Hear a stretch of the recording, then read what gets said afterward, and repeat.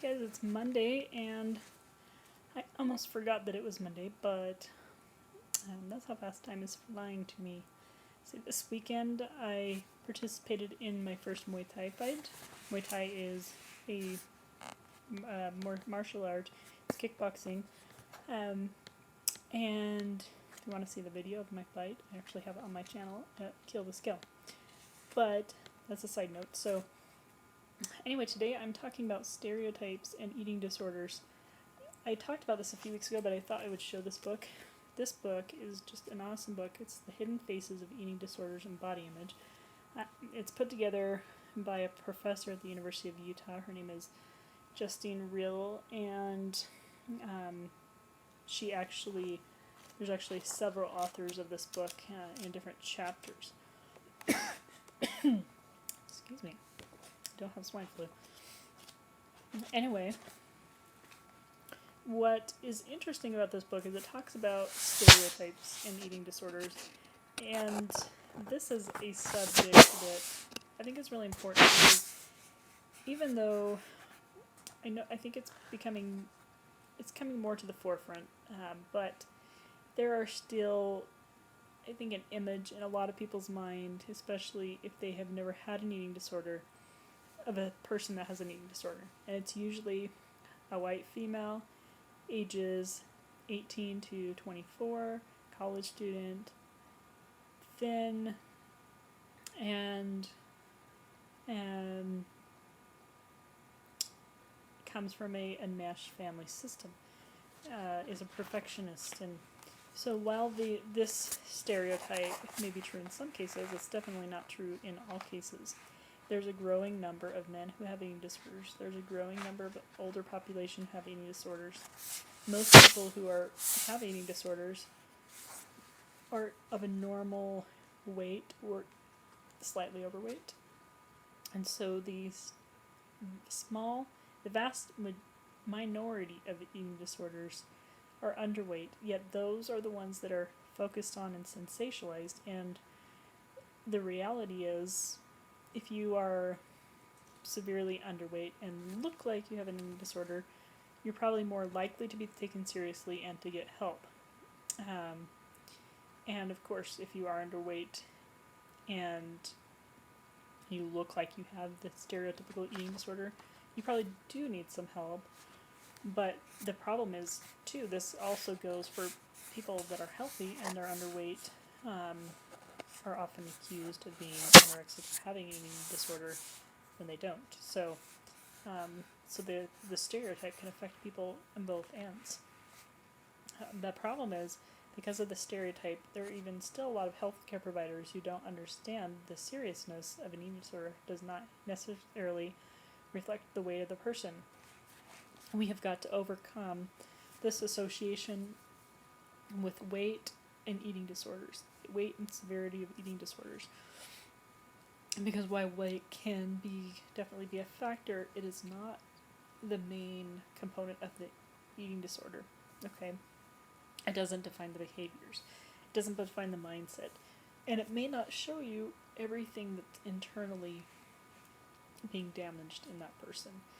So what happens a lot of times is people end up feeling like, because they don't fit this category, that they don't deserve help, they can't get help, they don't really have an eating disorder, they feel like they have to be good enough, their eating disorder, before they can get help. They may want help deep down inside, they may be screaming for help, but there's this fear, and it kind of manifests itself as pride that, I have to be so good at my eating disorder before I can qualify for help. And the fact is that if you're that good at your eating disorder, good meaning really not good, because there's nothing good that comes of an eating disorder. But if you're really, as the distorted sense of good at your eating disorder, that you become that ill, then unfortunately a lot of people by that point have done permanent damage to their body systems, and people die, and people may have chronic disease, colitis, heart disease, kidney disease, liver failure, things of that sort that have been so damaged by their eating disorder that they can't recover from. So, any of you that follow the story of Nancy Kelly, it's been a painful journey for her, and for me, I follow her story because I really admire her courage to share her story and share exactly what this has done to her. But I've also seen the amount of pain that she and her family have gone through the last 2 or 3 years, and now is really truly at the very end of her life.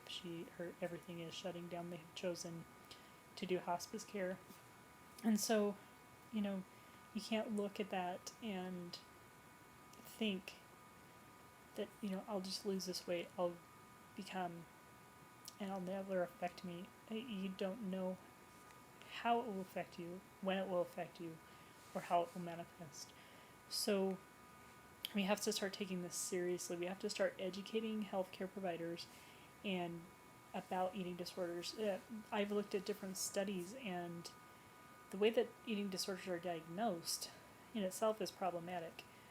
Studies indicate that I have looked at, and the problem with the studies is finding studies with a large sample size when it comes to eating disorders. It's very difficult to find studies with large sample sizes. There are more coming out. There's several promising ones that I've looked at this year, but I'm doing a lot of research on this subject, and what I'm finding is that the reported rate of NOS, or eating disorder not otherwise specifies, ranges from 50% to 90%, depending on the study, depending on the unit, that do not fully meet the requirement for anorexia or bulimia. Many of them may meet the criteria for a subtype anorexia or subtype bulimia. But what this does to people is it kind of tells people, oh, EDNOS. It sounds like, well, it's not really that big of a deal because it's not anorexia and it's not bulimia. It's EDNOS. It's like the fake eating disorder, the eating disorder that's not really an eating disorder, is how it makes people feel. And I think we really need to start looking at eating disorders are a spectrum. Most people don't fit one criteria. Most people swing from binge eating to purging to restricting and back and forth, and their weight may go up and down. And they have a very serious eating disorder, and they probably have an eating disorder shared by more people who suffer from them than not. And this is what really we need to shatter those stereotypes, because older women are being affected,